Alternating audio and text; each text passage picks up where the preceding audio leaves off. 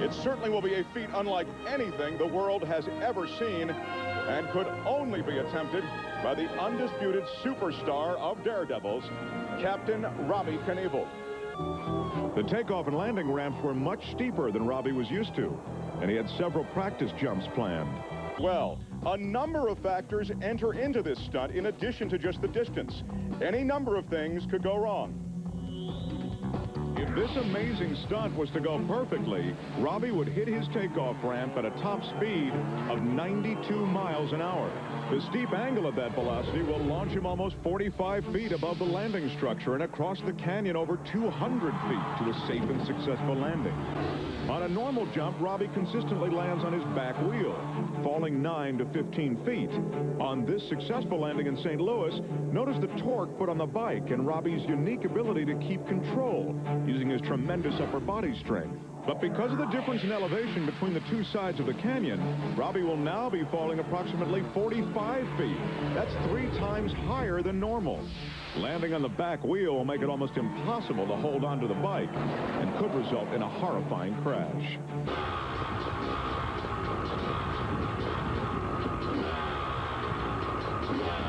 The focus, the intensity, he'll need 2 of the 5 gears that are on that bike. He'll start in 2nd, and he'll take off in 5th. When he lands, it's all brake.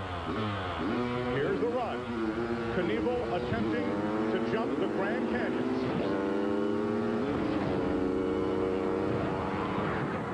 Yes! He's hit the gap. He makes it. He's off the bike. He's made the gap cleanly, but just as feared,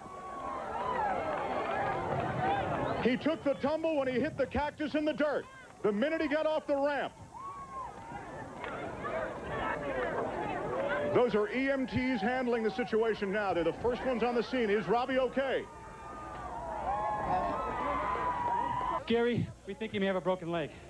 But the helmet came off, which is a very good sign. Yeah, we got the helmet off him. We were having trouble. It was his head kicked crooked, so we couldn't pull it off as smooth as we'd like to.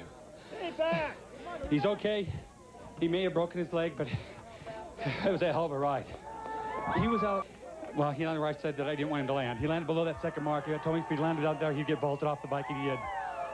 He rode a hell of a ride. Gary, we're going to go to replay right now. From your memory, as you see it happening, in your mind's eye, he took the ramp perfectly, had great height. Was there any drawback at all to the jump, besides the land? He got cocked in the air. He was a little cocked. He got the bike cocked in the air. He came down with the front end too high. When it slapped the front end down, it threw him off. Actually calling for people to leave him alone for a moment, but you can see he hit the takeoff very cleanly, and he hits the landing cleanly, but then he gets oriented forward. That's exactly what Gary's talking about. Right here, the bike gets oriented forward, and of course it's not helped by the fact that he runs out a landing ramp and hits the dirt. But the best news is that Robbie Knievel has survived this incredible jump. There are Robbie and Gary. Here's a shot of the takeoff from the helmet camera that Robbie wears at close to 100 miles an hour. That's what it looks like to fly over the Grand Canyon. And here is the landing way down the landing ramp. So that's why they were talking about perhaps a new record in terms of distance. And then you'll be able to see as he runs into the dirt and heads head over heels over the bar that we lose the camera. But you can imagine the jubilance. Everyone's rushing up to Robbie because, frankly, we didn't know that he would live through this.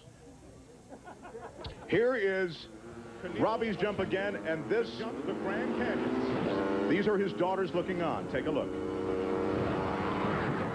Yes! He's hit the gap. He makes it. He's off the bike. He's made the gap cleanly, but just as feared. I was saying, just as feared, he ran out of landing ramp, and he did, but you can see the Knievel daughters running to his side. Everyone is elated, broken leg or not, to see Robbie Knievel achieve a new world record, 228 feet. And as suggested, he had so much speed off of that takeoff ramp, he was actually able to sky himself 228 feet for the new record. Here's another replay. And again, the landing he hits well, but then when he runs out of ramp, he becomes oriented in such a way that there was just no way to stay on the bike.